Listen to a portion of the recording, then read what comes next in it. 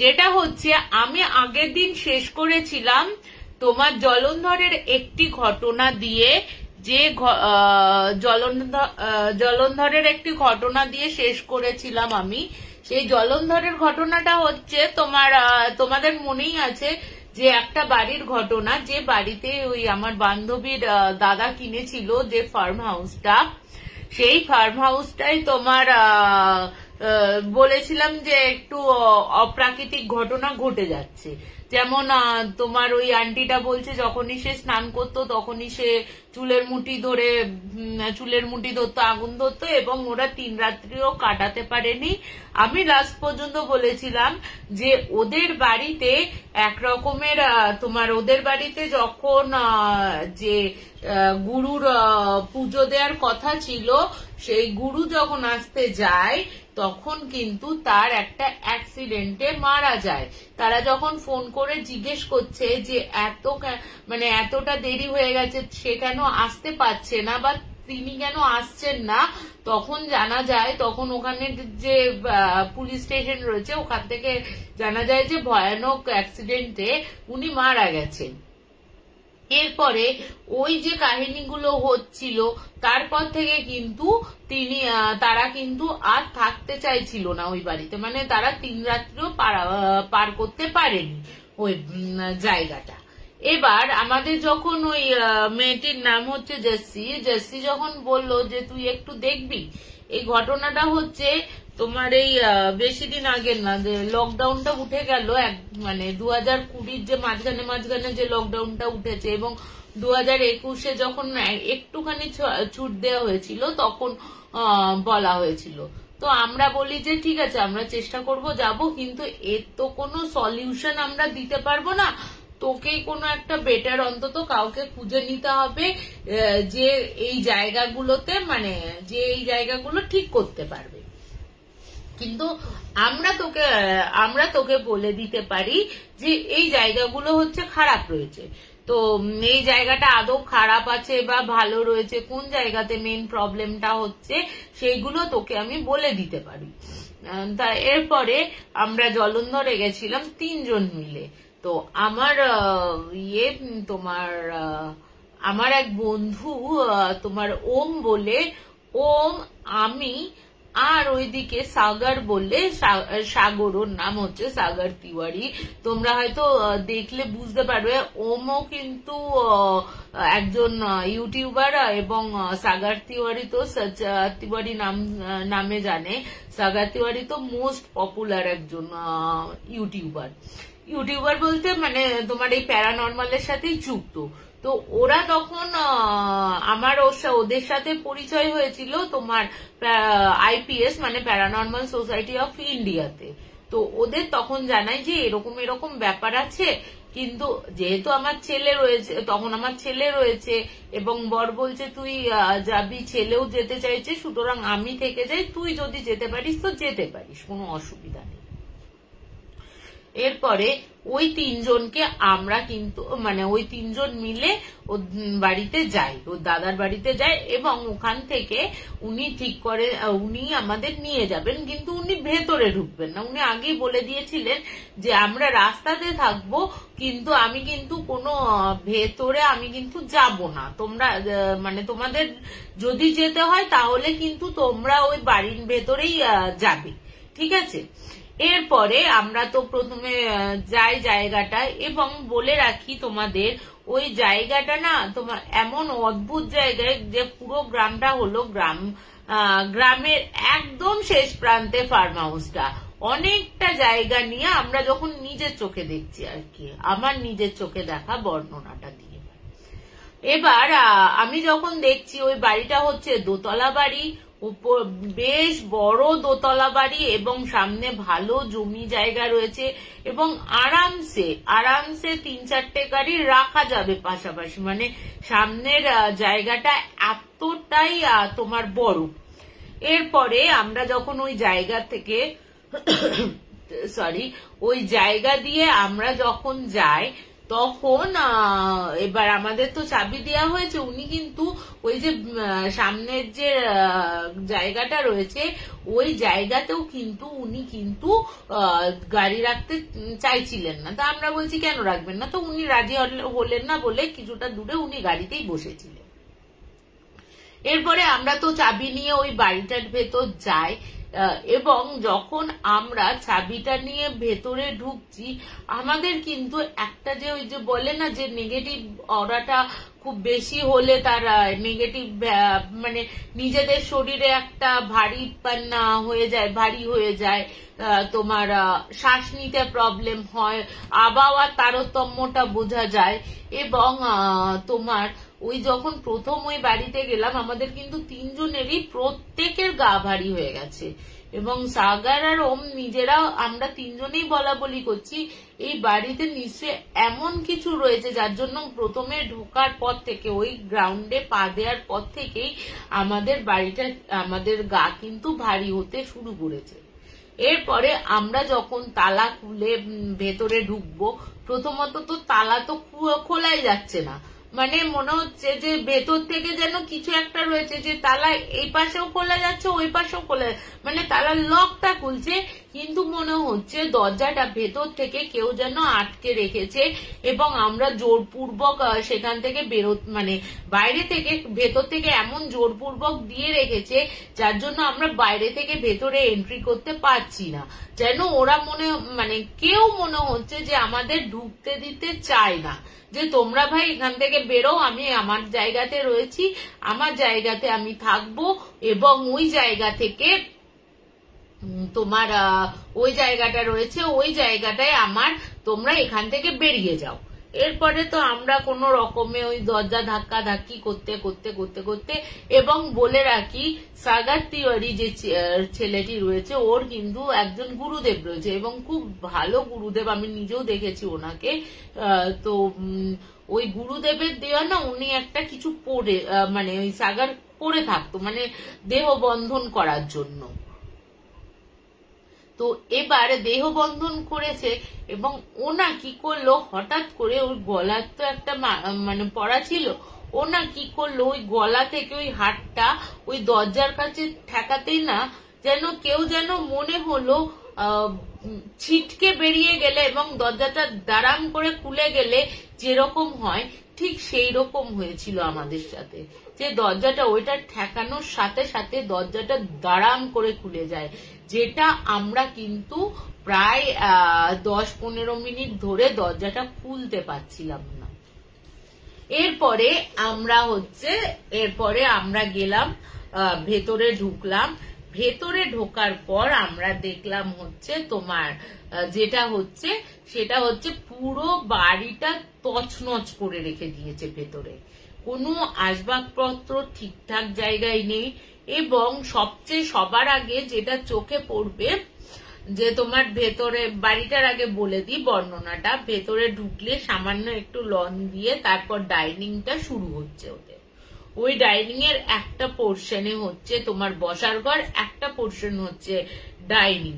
এবার ওই সোজা রাস্তা থেকে আমরা যখন ঢুকছি গেট দিয়ে, মেন রাস্তা থেকে গেট দিয়ে ঢোকার সময় আমরা শুধু ওই যে বসার জায়গাটা ওটাই আমরা দেখতে পাচ্ছি, এবং ওইখানে দেখছি যত সোফা রয়েছে, মানে এরকম তো এল প্যাটার্নের ওদের একটা সোফা দেখতে পাচ্ছি, ওই এল প্যাটার্নের সোফাটা কেউ যেন এরকম খাড়া করে দাঁড় করিয়ে রেখেছে।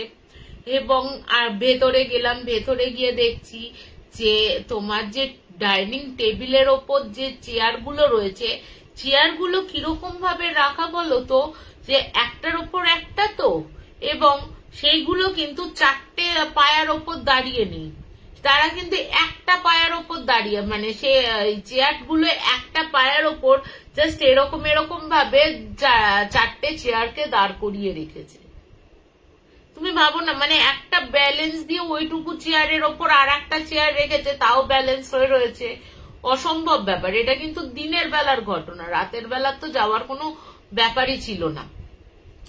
তারপরে আমাদের কি হলো, আমরা যখন ভেতরে ঢুকেছি ওই জিনিসগুলো দেখছি, আশেপাশের ঘরগুলো দেখছি, তখন আমাদের ঠিক মনে হলো দোতলায় যে ঘরটা রয়েছে সরি, ওই ঘরটার ওপর থেকে কেউ যেন দাম দাম দাম দাম দাম দাম মানে কোনো ভারী পায়ের আওয়াজ, যে ধূপ ধূপ ধূপ ধূপ করলে যেমন ভারী পায়ের আওয়াজ হয়, ওরকম ভারী পায়ের আওয়াজে কেউ যেন উপরে চলাফেরা করছে। নিচে কিন্তু কোনো আওয়াজ নেই ওইগুলো ছাড়া।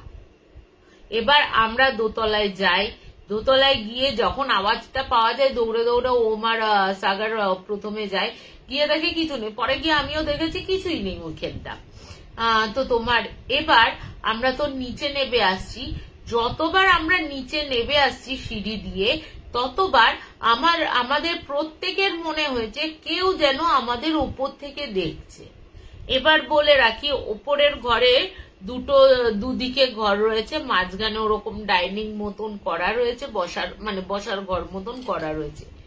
এবার আমরা যখন ওপর দিয়ে নামছি হঠাৎ করে দেখছি যে ওই যে বাদিকের যে ঘরটা ছিল সেই ঘরটাতে কিন্তু দরজাটা হঠাৎ করে দাঁড়াম করে খুলে যায়, মানে কোনো কারণ ছাড়াই।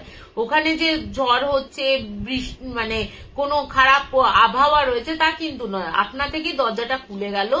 খুলে যেতেই আমাদের ঠিক মনে হলো যে সেট করে কোনো একজন ছায়া, কারুর ছায়া ওই জায়গা থেকে বেরিয়ে চলে গেল। ওই জায়গাটার মধ্যে ওই দরজাটার ভেতর থেকে যেন কেউ যেন বেরিয়ে অন্যদিকে চলে গেল, এরকম হলো। এরপর আমরা তো নিচে নেমে আসি এবং বলেছিল যে ওই তোমাদের মনে আছে হয়তো যে আমি বলেছিলাম যে ওই জেঠুটা ওই আঙ্কেলটি যে খাটটায় শুয়েছিল ওই খাটটা সেই মঞ্জুলিকার মতন উপরে উঠে গেছিল, কেউ যেন এক হাত দিয়ে তুলে দিয়েছে। আবার ওরা যখন ডেকে এনেছে, যখন ওই আঙ্কেলের চিৎকার শুনে ওরা তিনজনে যখন এসছে দেখছে খাটটা পুরো ভাসছে। এরপর আমরা ওই নিচে যাব যখন, তখন আমরা দেখছি কি হঠাৎ করে কিছুর একটা পোড়া পোড়ার গন্ধ, পোড়া বলতে কি কোনো জিনিস পুড়ে গেলে, কোনো মানুষের না, কোনো জিনিস পুড়ে গেলে যেরকম হয় সেরকম একটা জিনিস। এবং আমরা গিয়ে দেখি ওদের যে ঠাকুর ঘরটা রয়েছে ঠাকুর ঘরের ওখানে আগুন লেগেছে। এবার বলো, কেউ ওখানে কোনো স্মোকিং কেউ করেনি, আমরা তিনজনের মধ্যে কেউ করেনি, হঠাৎ করে ঠাকুর ঘরে কি করে আগুন লাগবে? এবং ঠাকুরের যে ফটোগুলো ছিল, ওদের গুরু নানকের ছবি ছিল, আরো কিছু ছবি ছিল, ওইগুলো জ্বলে গেছে। ফটো জ্বলছে, ফটোর ফ্রেমটা জ্বলছে, ফটোটা জ্বলছে, ওইগুলো জ্বলছে। এবার তো আমরা কোন রকমে ওই জল দিয়ে নেবানো হলো আগুনটাকে। এরপরে আমরা যখন ঠাকুর ঘর থেকে বেরিয়ে রান্নাঘরের দিকে যাচ্ছি, তখন দেখছি যে রান্নাঘরের যে গ্যাসটা রয়েছে সেটা জ্বলছে। এবার তুমি বলো, যেখানে গ্যাস সিলিন্ডার নেই, গ্যাস সিলিন্ডারের কোনো গ্যাসের কোনো যেখান দিয়ে আগুন জ্বলবে তার কোনো ইয়ে নেই, সেখান থেকে দাও দাও করে, এবং গ্যাসের ফ্লেম আমরা জোর করলে কতটা হয়, ঠিক আছে, যতটা পারা ততটাই বাড়বে, কিন্তু ওইটা যেন গ্যাসের ফ্লেমটা এরকম উঁচু হয়ে জ্বলছে রীতিমতো, যেন মনে হচ্ছে উনুনে, দেখবে যে উনুনে ইয়ে হলে যেমন হয়, উনুনে আগুনটা ধরে গেলে যেরকম হয় ওরকম আগুন বেরোচ্ছে। এবার আমরা নব ঘুরিয়ে ঘুরিয়ে দেখছি যে যদি কোনো কারণে আগুনটা লেগে যায়, এবার ভাবো না বাড়িটারও তো একটা পুড়ে যাওয়ার আশঙ্কা রয়েছে, তাই না, যে যদি কিছু হয়। এবার আমরা যখন নব ঘুরিয়ে ঘুরিয়ে চেষ্টা করছি গ্যাসটা বন্ধ করার, তখন কিন্তু কোনোভাবেই গ্যাস কিন্তু বন্ধ হচ্ছে না, গ্যাসের কোনো নব ঘোরালেও এদিকেও হচ্ছে না, ওইদিকেও বন্ধ হচ্ছে না। এ এক অদ্ভুত ব্যাপার। তো আমরা তখন সাগর বলছে, দেখ ভাই, আমাদের এগুলো ভয় দেখানোর জন্যই এরা এরকম করছে, তো এক কাজ করি, যে ঘরটাতে বরঞ্চ ওই খাটটা উঠে গেছিল সেই ঘরটাতে দেখি, এবং আঙ্কেল যে আয়নাটাই দেখেছিল যে একটা নারী ওই ভেতর দিয়ে ঢুকে যাচ্ছে, ওটাতে দেখি। ওই ঘরটাতে গেছি, ওই ঘরটাতে বসে আছি, এবং আমাদের কাছে কোনো কিন্তু ইকুইপমেন্ট নেই, কোনো যন্ত্রপাতি কিচ্ছু না, এইগুলো যা হচ্ছে আমাদের চোখের সামনে হচ্ছে। ওই যে এবার অনেকে বলে যে তোমরা প্রথমেই শুনে নিয়েছিলে এগুলো হয়েছে যার জন্য তোমাদের মাইন্ডে রয়েছে, তা কিন্তু নয়। এর পরের ঘটনাটা দেখলে বুঝতে পারবে। এবার সত্যি কথা বলতে অনেক সময় জানো তো আমাদেরও এটা সত্যি কথা যে মাইন্ডে যদি কিছু ঢুকে যায় যে এই জায়গাটা নেগেটিভ আছে, অনেক সময় আমাদের মাইন্ডও সেরকম কাজ করতে থাকে। কিন্তু দিনের বেলা মানে দুপুর বেলাও না, দিনের বেলাতে এবার আমরা বসে আছি তিনজনে ওই খাটটার ওপর, যদি কোনো হালচাল হয় ওই খাটের ওপর, এবার আমরা যখন খাটটাতে বসে আছি বিশ্বাস করবে না, একটা পুরো তখন তো বললাম যে ঠাকুর ঘরের জিনিসপত্র বুঝছে, এবং আমরা মানে বসে যখন রয়েছি ওই ঘরটাতে মানে নিচের যে আঙ্গেলদের বেডরুমটা ছিল ওই ঘরটাতে পুরো মানুষ পোড়ার তীব্র গন্ধ, যেটা হয় না মানে যেমন জ্বলে পুড়ে গেলে মানে পুড়িয়ে দিলে কাঠের আগুনে পোড়ালে যেরকম তীব্র গন্ধ হয়, হঠাৎ করে ওই ঘরটায় না তীব্র গন্ধে ভরে গেল। মানে সে আমাদের মনে হচ্ছে সেই আমরা নিজেরাই এই মাত্র উল্টি করে দেবো, মানে বমি করে দেবো, এরকম পরিস্থিতি, এতটাই বিটকেল গন্ধ। কিন্তু কোনো কাউকে দেখা বা না দেখা ওইগুলো কিন্তু আমরা কিন্তু দেখতে পাচ্ছিলাম না, শুধু ওরকম উৎকট একটা মরা পচা গন্ধ আমরা পাচ্ছিলাম। এরপরে আমরা বসে রয়েছি, বসে বেশ খানিকটা অপেক্ষা করছি যদি কিছু হয়। এরপরে বিশ্বাস করবে না ওই গন্ধটা আস্তে আস্তে না মানে ওই ঘরটাতে ছিল ওই গন্ধটা, এবং দেখবে যে আস্তে আস্তে দূরে চলে গেলে যে গন্ধটার একটা স্মেলটা চলে যায়, ঠিক ওরকম হলো আমাদের সাথে, যেন মনে হলো ওই ঘরটা থেকে কেউ যেন বেরিয়ে গেল। এরপরে তোমার আস্তে আস্তে 9:26 এরপরে তোমার ওই যে এরপরে আমরা তো ওই জায়গাটায় বসে রয়েছি, গন্ধটা স্মেলটাও চলে গেল। হঠাৎ একদম মানে তোমাদের কি বলবো যে একদম হঠাৎ করে দরজা জানলাগুলো তো বন্ধ ছিল, ওই জানলাগুলো যেন ভেতর থেকে কেউ যেন পাল্লাটা এরকম খুললে যেমন খুলে যায়, এবং প্রত্যেকটা ঘরে 3টে জানলা ছিল, 3টে জানলার মানে জানলাই খুলে যায় একসাথে খুলে যায়, এবং যেন মনে হচ্ছে বাইরে কোনো তাণ্ডব চলছে। জানলা দরজাগুলো এইবার মানে জানলাগুলো একবার এক পাট এই পাশে হচ্ছে, এক পাট ওই পাশে হচ্ছে, এবং ভারী ভারী জানলা কিন্তু, ঠিক আছে, ওই যে সেই মানে এরকম খুলে দেয়া যে আগেকার দিনের এরকম জানলা ছিল, তার পাশে কিন্তু স্লাইডিং একটা ছিল, ওই জানলাগুলোতে ওরকম হচ্ছে, এবং 3টে জানলাতে একসাথে একভাবে সম পরিমাণে হচ্ছে ওটা। এরপরে আমরা যখন ওই বাইরেটা দেখতে যাব, হঠাৎ করে আমাদের কানের কাছে মানে সেই ভারী কান্নার আওয়াজ, কেউ যেন খুব কষ্ট জ্বলে পুড়ে কেউ কষ্টে মরে মানে জ্বালা যন্ত্রণা হচ্ছে, এরকম কান্নার আওয়াজটা আমরা কিন্তু পাই, এবং ওই ঘরের মধ্যেই হচ্ছে। এবং ওই কান্নার আওয়াজের উৎসটা আমরা যখন খুঁজতে থাকি ওই ঘরের মধ্যেই হচ্ছে, তখন কিন্তু ওই কান্নার আওয়াজটা আমরা ইয়ের কাছে পাই, ওই আয়নার যে ড্রেসিং টেবিলটা ছিল ওই ড্রেসিং টেবিলের মনে হচ্ছে আয়নার ভেতর থেকে কেউ যেন কাঁদছে, খুব কষ্ট পেলে খুব দুঃখ পেলে যেরকম কাঁদে ওরকম কান্নাটা কাঁদছে, কিন্তু আমরা কিন্তু কাউকে দেখতে পাচ্ছি না। শুধু ওই জায়গাতে ওই খাটের পাশে আসলে মনে হচ্ছে একটু দূর থেকে কাঁদছে, আর একটু ইয়ে হলে কিন্তু কান্নাটা মনে হচ্ছে ওই আয়না থেকেই আসছে। এরপরে তুমি ভাবো ওরকম অবস্থা। এরপরে না আমরা উপরে, এবার নিচে তো কোনো কিছু ওরকম প্রবলেম হয়নি, খাটফাট কেউ তোলেনি, কিছু হয়নি। এরপরে আমরা কি করি, আমরা দোতলায় যাই। নিচে তো ওই ঘরগুলো দেখলাম, একটাই বেডরুম ছিল, ডাইনিং কাম কিচেন বসার জায়গা, আর ঠাকুর ঘরটা ছিল। এরপরে আমরা দোতলার ঘরে যাই। দোতলার ঘরে গিয়ে এবার বলে রাখি যে তোমাদের বলেছিলাম কিনা আমি জানি না, ওর মানে যখন পুজো হচ্ছিল তখন ওই বৌদির মানে জেসির যে বৌদি তার ভাই এসছিল, উপরে তার গার্লফ্রেন্ডের সাথে কথা বলছিল। কথা বলতে বলতে হঠাৎ করে ও দেখে কি কোনো একজন লোক, কোনো মহিলা না, একজন বয়স্ক লোক ওই গলায় দড়ি দিয়ে যে ঘরটাতে আমরা দেখেছিলাম যে হট করে দরজাটা খুলে গেছে, ওই দরজাতে ও দেখছে যে কেউ, কোনো লোক ওই জায়গাতে গলায় দড়ি দিয়ে ঝুলছে। এবং ওই দেখার পর ও আর নিজেকে সামলাতে পারেনি এবং অজ্ঞান হয়ে যায়। এবং ওই ঘরটাতে আমরা যাই, বেশ খানিকক্ষণ বসি। এই বলে রাখি, ওই ঘরটাতে একটা ছোট বারান্দা আছে, যে বারান্দার ওপর একটা ইজি চেয়ার মতন দেয়া আছে, ঠিক আছে।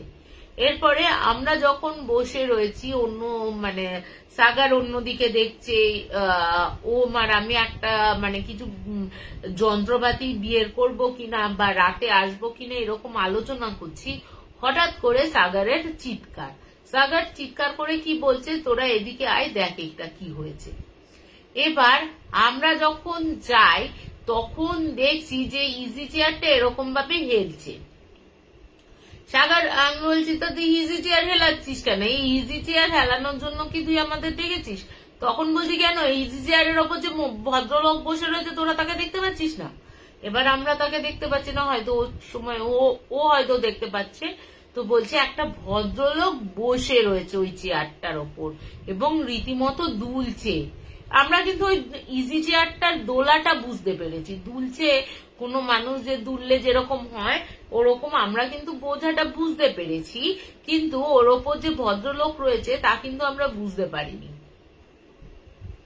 এরপরে আমরা যখন আরেকবার ওইটা দেখার পর আমরা যখন ভেতর থেকে মানে ঘরের ভেতর থেকে আর একটা ঘরের দিকে যাব, তখনই আমাদের পুরো আমাদের তিনজনে, দেখো একজন দেখতে ভুল করে, ঠিক আছে, একজনের হ্যালুসিনেশন হয় তাও মানা যায়, একজন হয়তো মনের ভেতর বেশি নেগেটিভ কথাবার্তা ভাবছে বলে সে দেখতে পারে, কিন্তু তিনজনেরই কি মেন্টালিটি এক হবে? তা তো হওয়া সম্ভব না। তিনজনেই আমরা দেখতে পেয়েছি যে আর একটা যে ঘর রয়েছে, যে ঘরটাতে আমরা বসে দেখছি মানে দেখেছি যে বারান্দায় একটা ভদ্রলোক বসে ইজি চেয়ারে দোল খাচ্ছে, ওই দুলুনিটা দেখেছি। ওর অপোজিটে যে ঘরটা রয়েছে ওই ঘরটাতে আমরা দেখছি হঠাৎ করে সেই মানে আগুন জ্বললে যেরকম হয় ওরকম, এবং তিনজনে প্রত্যেকে দেখেছি একটা মহিলাকে দাউ দাউ করে জ্বলতে। এবং ওই দেখার পর জাস্ট বেশিক্ষণ না, 6-7 সেকেন্ড এরকম দাও দাও করে জ্বলতে দেখেছি।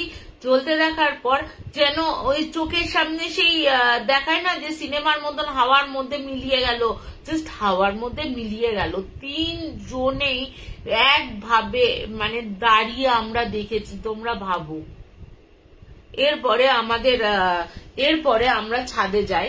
ছাদে গিয়ে দেখছি ছাদটা যেন পুরো লন্ডভন্ড অবস্থা। প্রত্যেকটা ছাদে তোমার টবগুলো ভেঙে কেউ যেন মুড়িয়ে রেখে দিয়েছে, কেউ যেন আছাড় মেরে মেরে ভেঙে ফেলে দিয়েছে। প্রত্যেকটা গাছটা মানে যে গাছগুলো ছিল আর কি ওরা লাগিয়েছিল বা আগেও যেগুলো ছিল, ওই গাছগুলো না প্রত্যেকটা ছেঁড়া ভাঙা, টবগুলো ছিন্ন বিচ্ছিন্ন করা, এবং ওই টবের মানে মাটিগুলো তো ছড়ানো, ওই মাটির ওপর দিয়ে কেউ হেঁটে গেলে তার যেরকম ছাপ হয় সেরকম পায়ের ছাপ, এবং সেটা কিন্তু মাত্র 3 আঙুল যুক্ত পায়ের ছাপ, এবং সেটা কিন্তু মানুষেরই পায়ের ছাপ।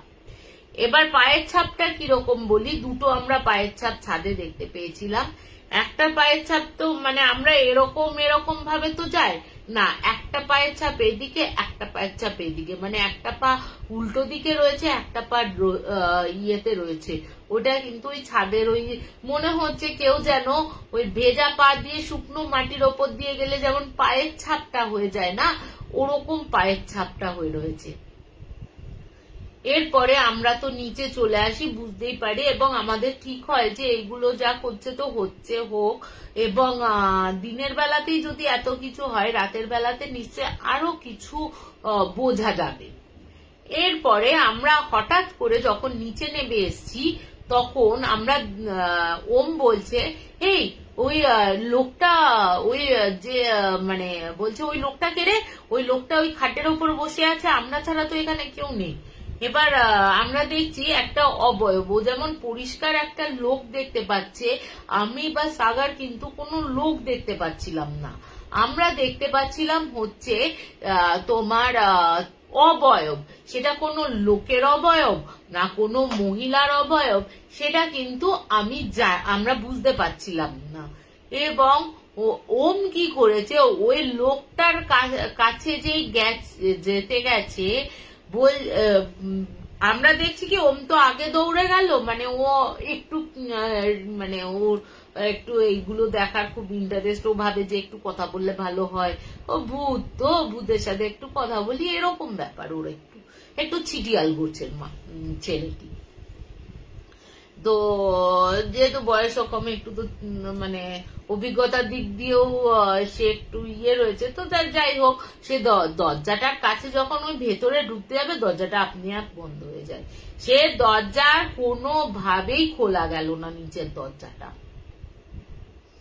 এরপরে আমরা যখন বেরিয়ে আসছি, ঠিক করেছিলাম যে আবার রাতে যাব, তখন বিশ্বাস করবে না, আমরা যখন বেরিয়ে আসছি এবার দরজা ভেতর থেকে লক করিনি, কিন্তু আমরা কোনো দরজা এমনি দেয়া ছিল, এমনি ভেজানো অবস্থায় রয়েছে, ঠিক আছে। আমরা গেলে কি বলতো লক ফক করি না, যদি বেরোতে অসুবিধা হয় কোনো কারণে, নিজেদের বিপদ তো থাকে, তো সেই কারণে আমরা কোনো দরজা লক করি না, এমনি ভেজানো থাকে।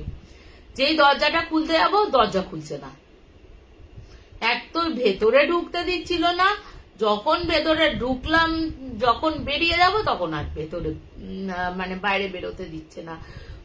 যখন আমরা ওরকম টানা হ্যাচড়া করছি, ও বারবার গিয়ে ওই আমাদের প্রথম অভিজ্ঞতাতে হয়েছিল যে ওর কাছে যে মাদুলিটা ছিল, ওই মাদুলিটা ছোঁয়াতে দরজাটা খুলে গেছে, ওই মাদুলিটা ছোঁয়ানোর পরও কিন্তু কোনো দরজা খুলছে না। এবং আমরা যে ফোন করব তাকে, যে ভেতর বাইরে থেকে লাঠালাঠি করলে দরজাটা যদি খোলে, ফোনের কোনো নেটওয়ার্ক নেই আমাদের কাছে। তার আগে কিন্তু আমরা ভেতরে কিন্তু গেছি, তখনও কিন্তু নেটওয়ার্ক ছিল, কিন্তু যেই আমরা বাইরে বেরোতে যাচ্ছি তখন কিন্তু কোনো নেটওয়ার্ক নেই, কোনো না, জাস্ট নেটওয়ার্ক নেই, কাউকে ফোনও করতে পারছি না। মানে তারপরে আমরা দেখছি কি যে ওপরের যে ইয়েটা রয়েছে, ওই ওপরের থেকে কারা যেন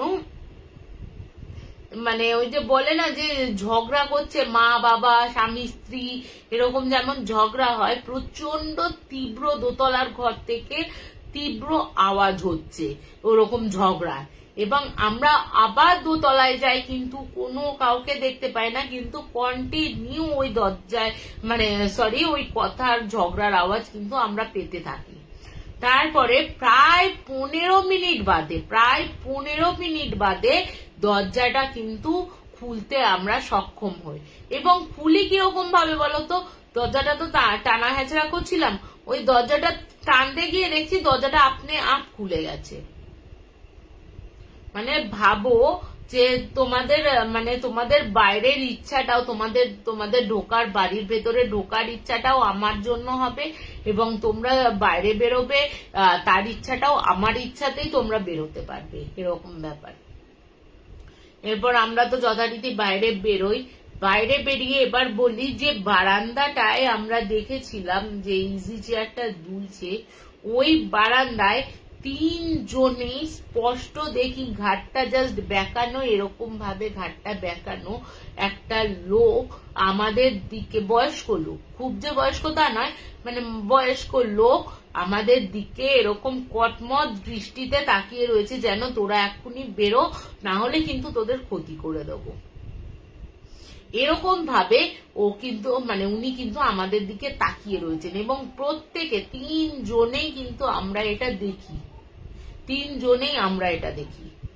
এরপর আমরা তো বেরিয়ে আসি, বেরিয়ে আসার পর এবার আমরা ওনাকে জিজ্ঞেস করি যে ভাই মানে দাদা তুমি যখন এটা কিনেছিলে তখন কি আশেপাশের কাউকে জিজ্ঞেস করনি যে কেন মানে এটাতে কি প্রবলেমটা কি?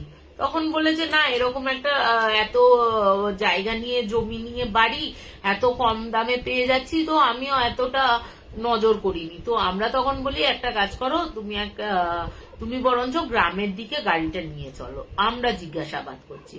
এবার গাড়ির দিকে গাড়িতে তোমার নিয়ে যাওয়া হয়, তোমার গ্রামের দিকে আমরা গাড়িতে যাই এবং ওখানে যে দরজা বলছি দোকান রয়েছে, ওই দোকানে গিয়ে ওখানে আশেপাশে আরো লোকজন রয়েছে, ওখানে দোকানে গিয়ে একটা দোকান দেখতে পাই, ওই দোকানে গিয়ে জিজ্ঞাসা করা হয় যে ওই ফার্ম হাউসটার প্রবলেমটা কি। এবার ওনারা জিজ্ঞেস করে যে তো আপনারা কি কিনেছেন এই বাড়িটা? তখন আমরা বলি না, আমাদের চেনা পরিচিত এরকম একজন কিনেছে। তো তখন বলছি আপনারা কি কোনো খোঁজ খবর করে কি কেনেননি এই বাড়িটা? এই বাড়িটা হচ্ছে মৃত্যুপুরী। যিনি কিনেছিলেন, আমরা শুনেছি একজন কিনেছেন এখানে, যিনি কিনেছেন তার আগে 5টা ফ্যামিলি এই মানে বাড়িটা কিনেছিল এবং 5টা ফ্যামিলিরই যে 5টা ফ্যামিলি কিনেছিল বুঝলাম, কিন্তু কে বাড়ি তৈরি করেছিল? তো শোনা যায় ওখানের একজন কর্নেল ছিল,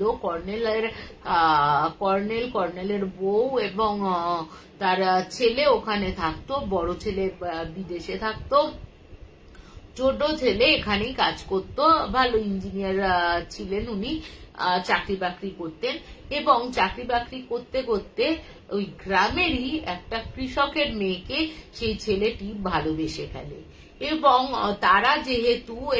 তারা যেহেতু তোমার অনেকটা বড় লোক এবং বড় লোক শিক্ষিত ফ্যামিলি, মেয়েটাও অতটাও শিক্ষিত না ছেলেটির থেকে, সেই কারণে কিন্তু মা বাবা কোনোভাবে মানতে রাজি হচ্ছিল না সেই বাড়িটা, মানে প্রথম যে বাড়িটা করেছিল। ঠিক আছে, তারপরে তোমার একদিন ছেলের জেদের কাছে মা বাবাকে তো হারটা মানতেই হয়, ছেলের জেদের কাছে সন্তান, যখন আমরা অনেক সময় দেখি যে সন্তানের খুশির জন্য আমরা হয়তো জেনে বুঝেও জানি এটা খারাপ, কিন্তু তাও কিন্তু আমরা করে থাকি, সন্তানের জেদের কাছে এক এক সময় হার মেনে যায়। তো ওনারাও সন্তানের জেদের কাছে হার মেনে গিয়ে সে কৃষকের মেয়েকে তো এই বাড়িতে বিয়ে করে নিয়ে আসে। কিন্তু বৌভাতের দিনই, মানে বৌভাতের পরের দিন দেখা যায় 4 জনকে, প্রথমে তো বাড়িতে লোকজন ছিল,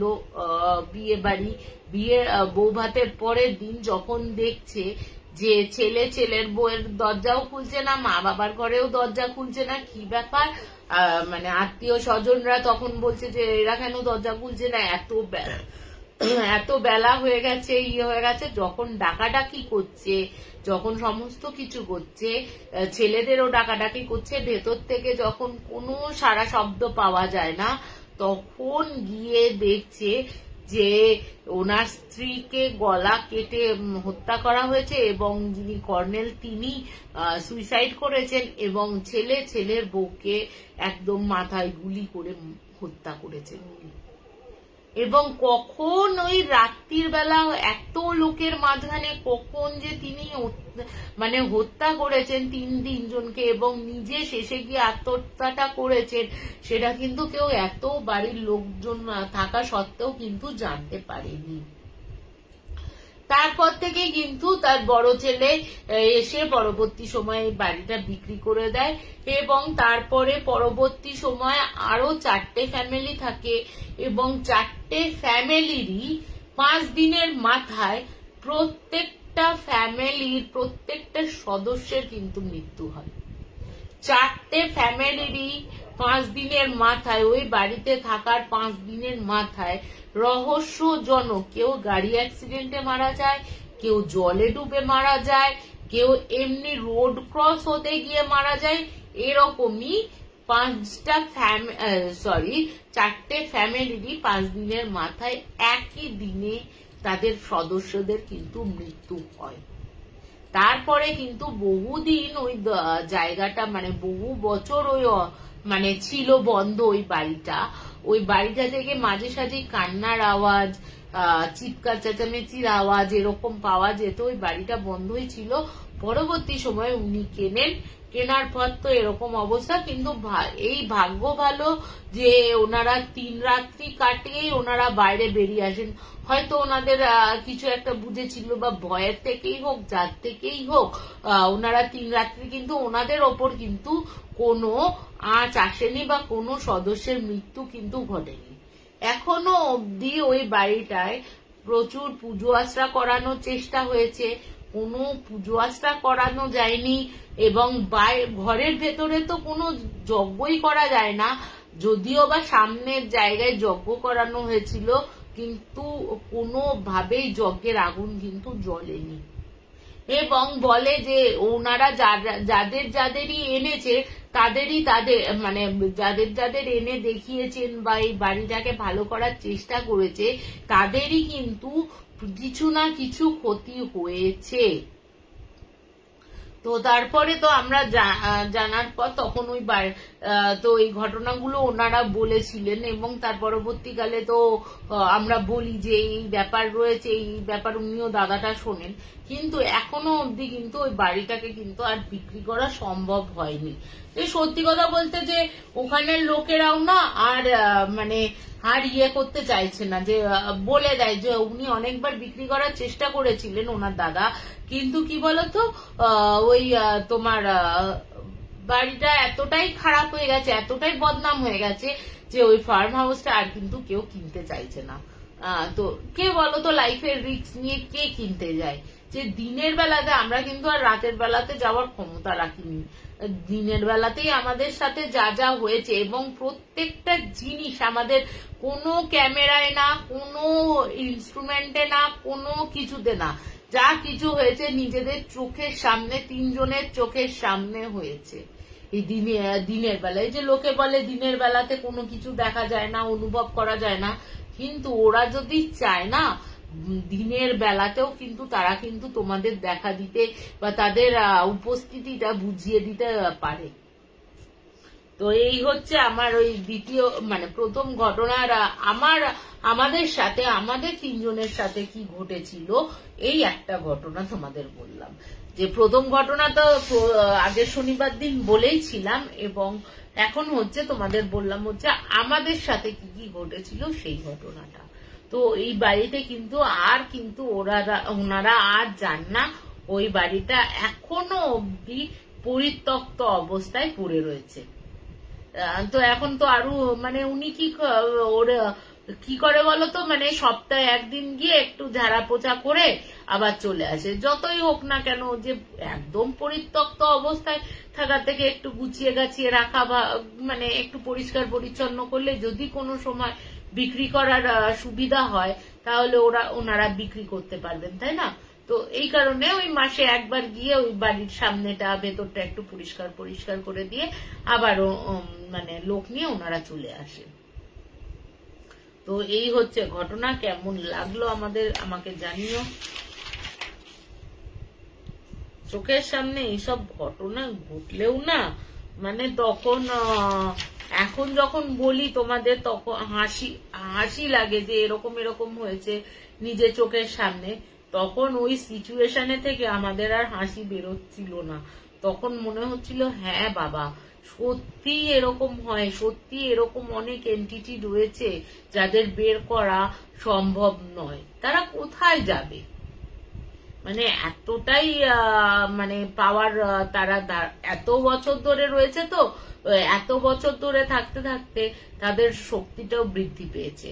তো কেমন লাগলো একটু জানিও।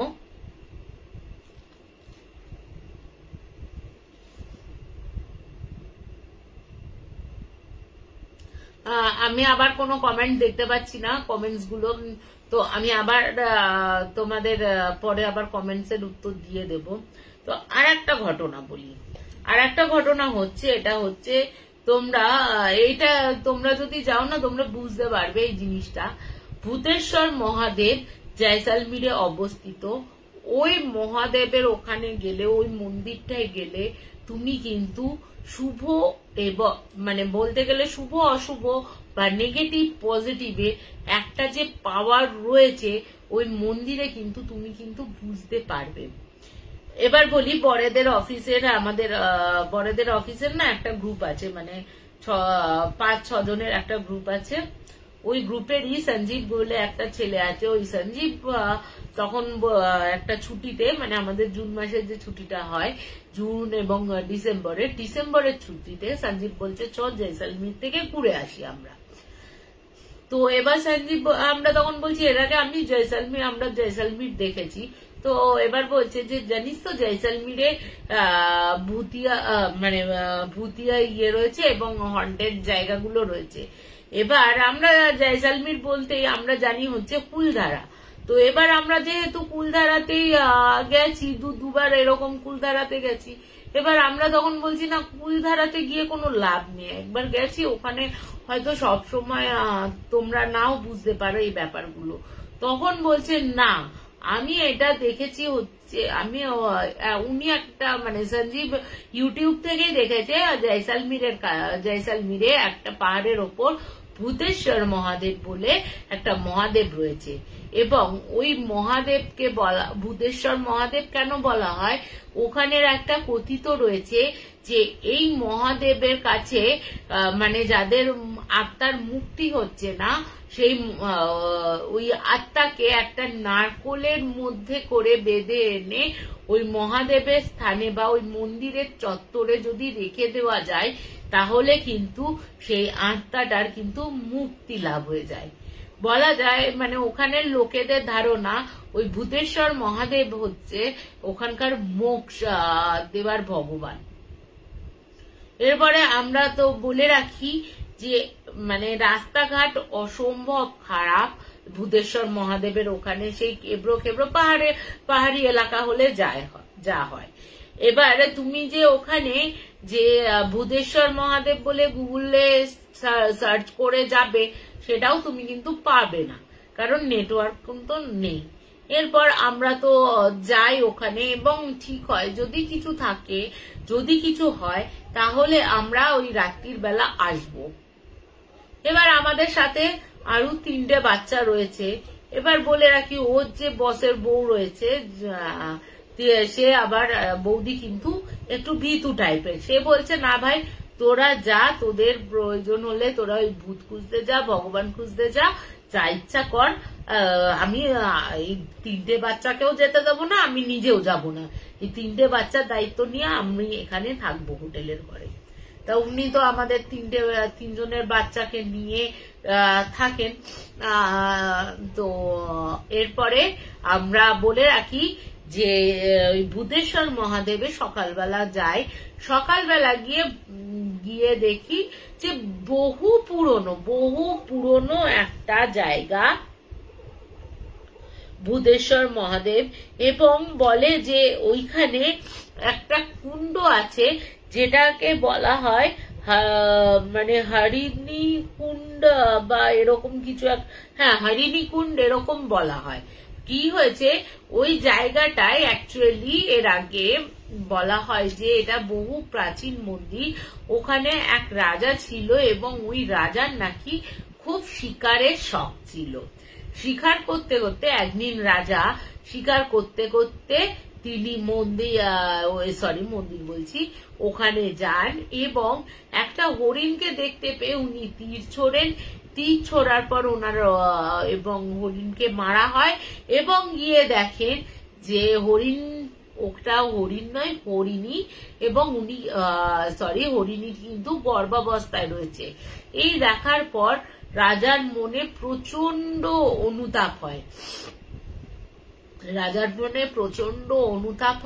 অনুতাপ হওয়ার পর উনি মানে ঠাকুরের ওনার যে ইষ্ট দেবতা আছে ওনার কাছে গিয়ে বারবার করে ক্ষমা চান, এবং রাত্রির বেলা উনি স্বপ্নাদেশ দেন যে জায়গাটায় উনি শিকার করেছেন, যে জায়গাটায় একটা রয়েছে মানে তোমার হরিণীটিকে হত্যা করা হয়েছিল, ওই জায়গাটায় একটা কুণ্ড তৈরি করতে হবে। ওই কুণ্ডতের মধ্যে বলা হয় নাকি একটা সময় গঙ্গা, যমুনা, সরস্বতী এই 3টে নদীর জলই নাকি বইতো। ওই কুণ্ডটিতে আজও কিন্তু জল রয়েছে এবং মানে শীত গ্রীষ্ম বর্ষা সব সময় কিন্তু ওই কুণ্ডটি ভরা থাকে এবং ওই কুণ্ডটিকে ওই কুণ্ডটি স্থাপন করা হয় এবং ওই রাজাকে স্বপ্নাদেশ দেন যে মহাদেব স্বপ্নাদেশ দিচ্ছে যে ওই কুণ্ডটির সামনে আমার একটা মন্দির স্থাপন কর, মন্দির স্থাপন করলে তোর যে যেরকম অনুতাপ রয়েছে, তোর যে পাপটা হয়েছে সেই পাপটা তোর লঙ্ঘন হয়ে যাবে বা লঘু হয়েছে, পাপটা আর হবে না আর কি। তো সেই হিসেবে উনি ওই কুণ্ডের সামনে ভূতেশ্বর মহাদেবকে স্থাপন করেন এবং এটাও বলা হয় যে উনি যখন স্বপ্ন দেখেন সেটাও ভূতেশ্বর মহাদেবী স্বপ্ন দিয়ে বলেন যে এই মহাদেবের নামকরণ কিন্তু ভূতেশ্বর মহাদেব হবে এবং যেসব আত্মারা ওখান থেকে মুক্তি পাচ্ছে না, যেখান থেকে মানে মুক্তি হচ্ছে না, তাদের মোক্ষ লাভ হচ্ছে না, তারা কিন্তু একটা নারকোলের মধ্যে করে তাদের আত্মাটাকে যদি এখানে এনে যদি আত্মাটাকে রাখা যায় বা ওই নারকোলটাকে রাখা যায় মন্দির চত্বরে, তাহলে কিন্তু তাদের মোক্ষ লাভ হয়ে যাবে। এরপরে আমরা তো সকালবেলা তোমার যাই, গিয়ে দেখি ওই জায়গাটায় না তোমার বিশ্বাস করবে না, আর ওই মহাদেব এতটাই জাগ্রত, ভূতেশ্বর মহাদেব, ওখানে কিন্তু বিভিন্ন সাধু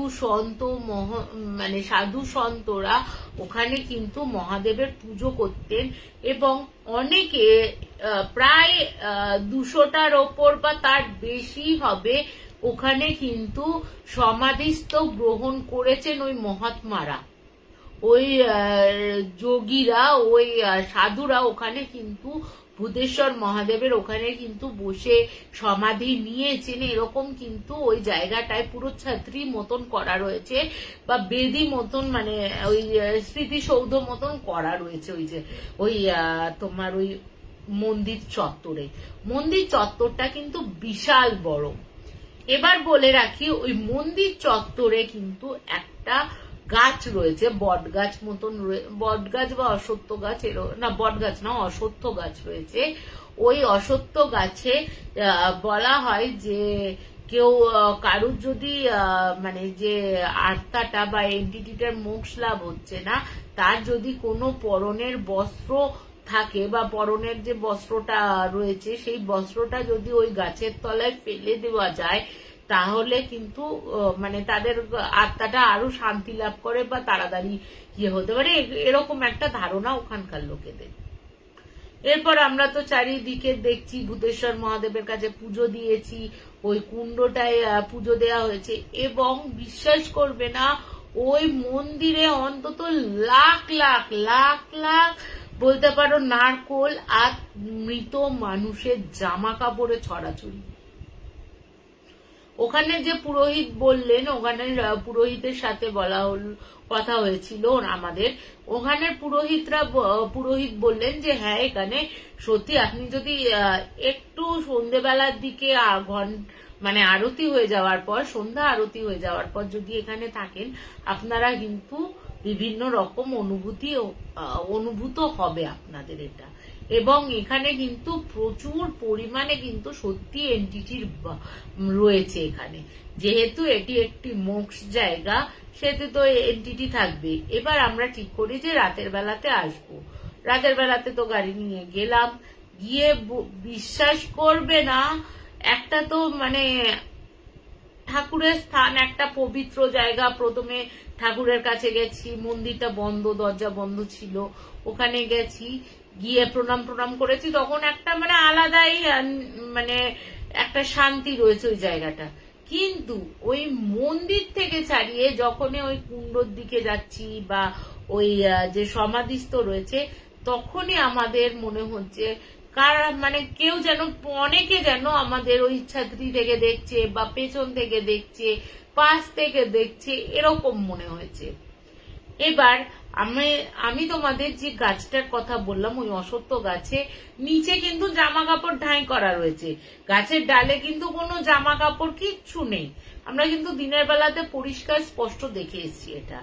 এরপরে আমরা যখন ঘুরতে ঘুরতে মনে হচ্ছে ফিস ফিস করে কেউ কথা বলছে, কোনো ছায়া বেরিয়ে যাচ্ছে, ছম ছম ছম আওয়াজ হচ্ছে, কোনো কারুর কান্নার আওয়াজ রয়েছে, তোমার কেউ যেন কথাবার্তা বলছে, ওই মন্দির চত্বরটাতেই তুমি কিন্তু রাতের বেলা গেলে বা সন্ধ্যের পর গেলে, সন্ধ্যা আরতি হয়ে যাওয়ার পর তুমি কিন্তু এই অনুভূতিগুলো করতে পারবে, এবং প্রত্যেকেই করে এইগুলো নাকি।